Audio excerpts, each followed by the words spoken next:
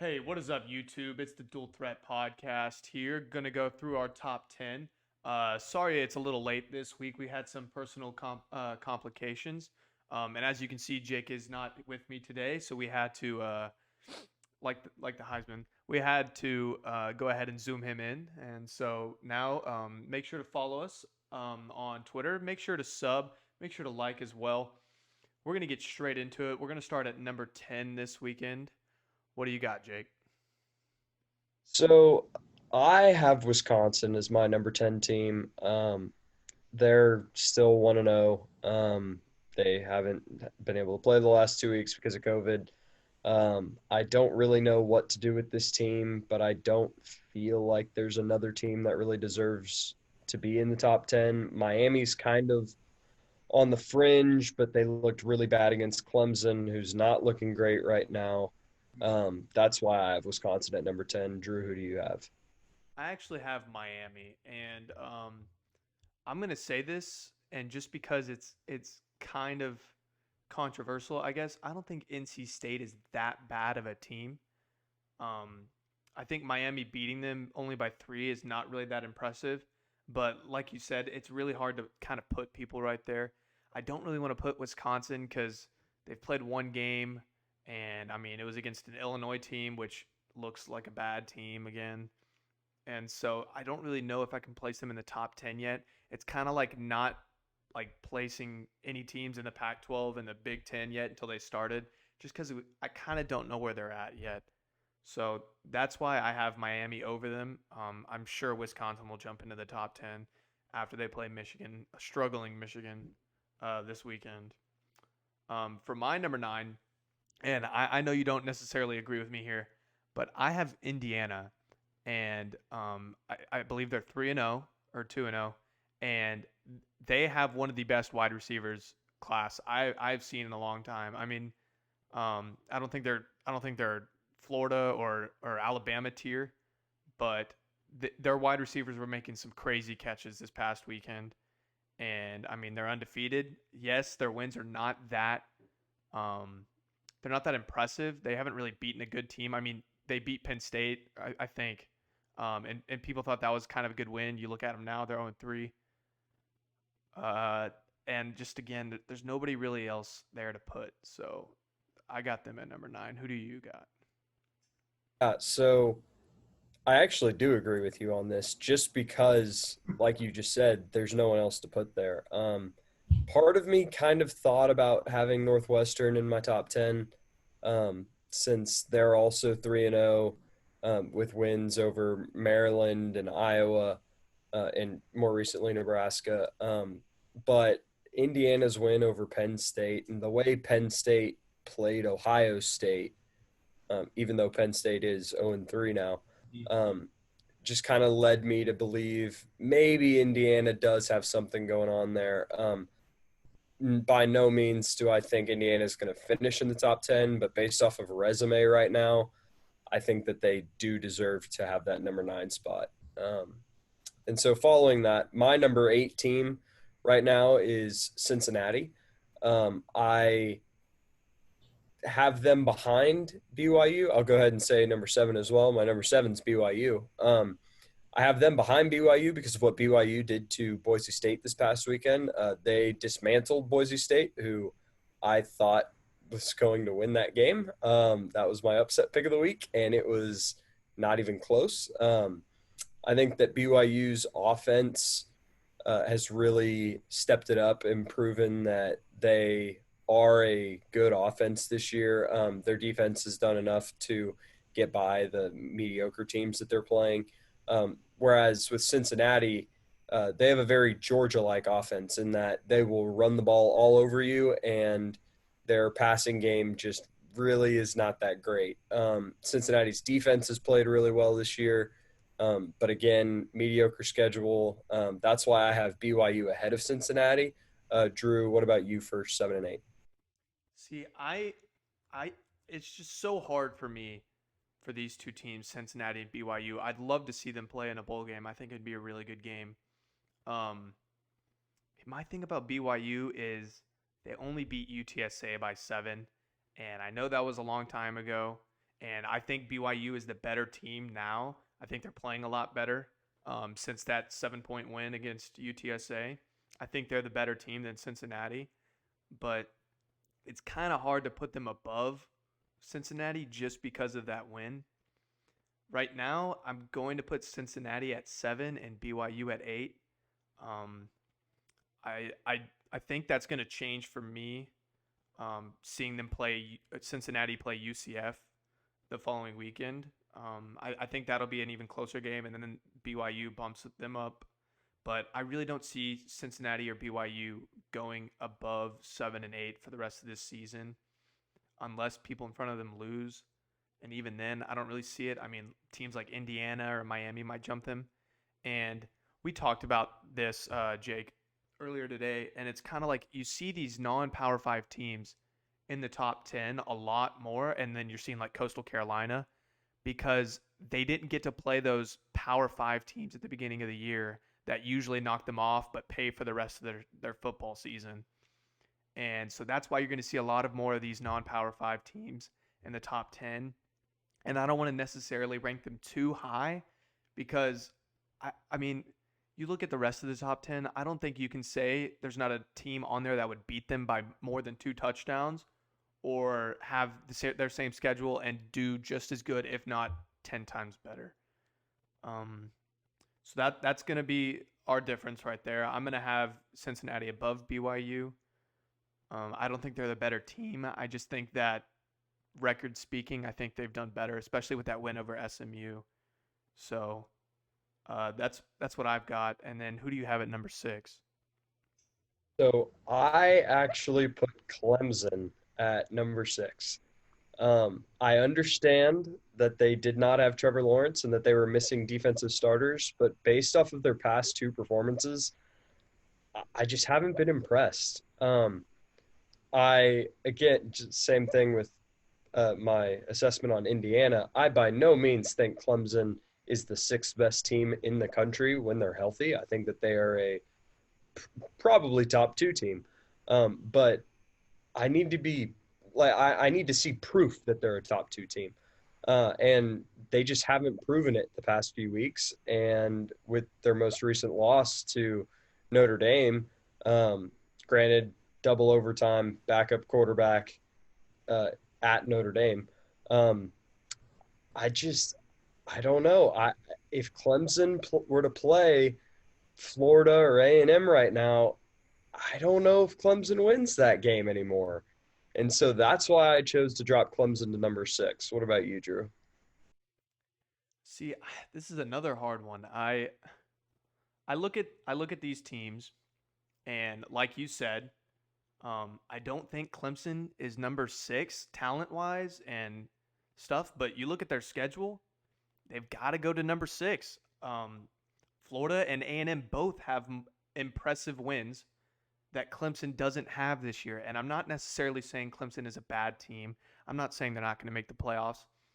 But currently, they don't look impressive these past 2 weeks. I mean, yeah, they've beat Georgia Tech 77-7 or whatever it was. But I mean, like that's something that Clemson should do once they play those kinds of teams. And then when they play Notre Dame, you need to beat that team by 14, or at least beat them with a backup would even be impressive. But I don't know. I mean, I got to put Clemson below Florida and A&M just because Florida and A&M both have better wins and they all have the same record. And so, and then going up to my number 5, I've got Florida. I've seen a lot of Florida fans say that they should be above A&M, and I don't see how you could say that. You look at Florida versus A&M. Obviously, A&M won that game. It's at home. It was close.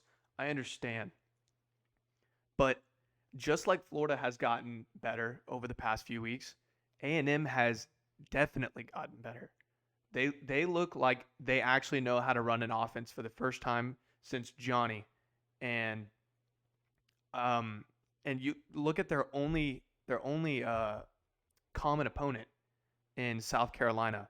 Florida plays them at home, beats them by 14. A&M plays them at South Carolina, and we all saw the final score of that game. I think it was 42-3. Sorry, yes, forgot the backup through a touchdown in garbage time. But yeah, I don't see how you could put Florida above A&M. Yes, Kyle Trask looked amazing, and that was my upset pick of the week. And Kyle Trask is still my Heisman.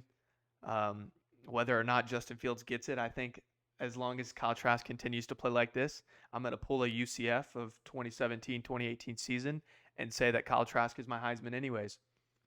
But yeah, I don't see how you can put Florida above A&M. What do you say, Jake? What do you got at number five?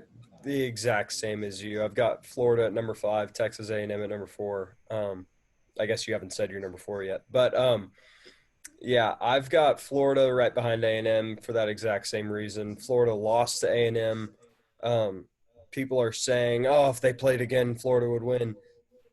I do not see that result at all. A&M, just like you said, has gotten considerably better. I mean, coming off that win against Florida, they were able to go beat Mississippi State at Mississippi State. Then they beat Arkansas at home handily. The final score didn't show it.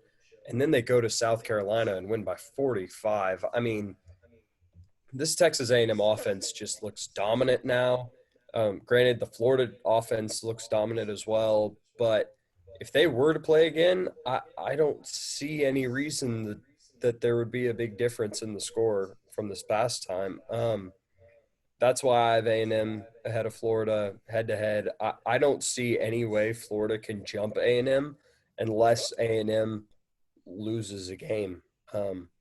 Because Or if Florida beats Alabama in the championship.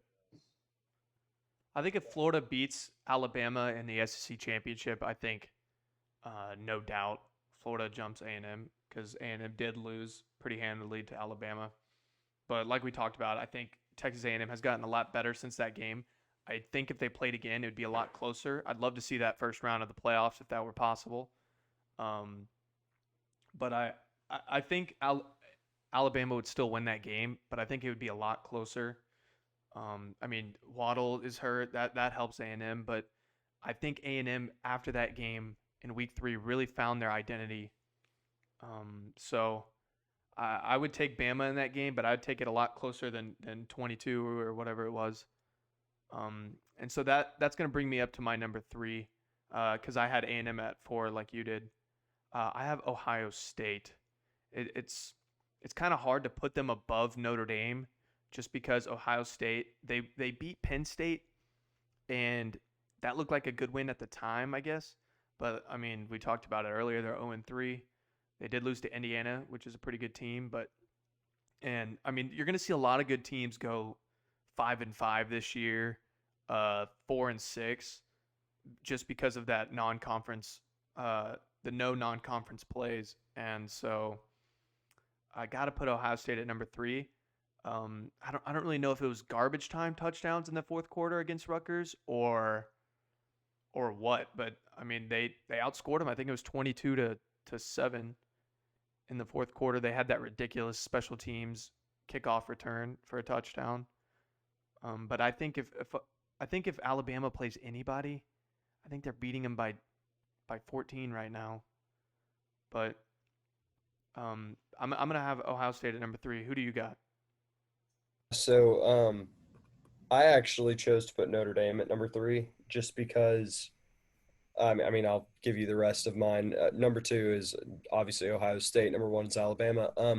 I have Ohio State at 2 because of the play of Justin Fields right now.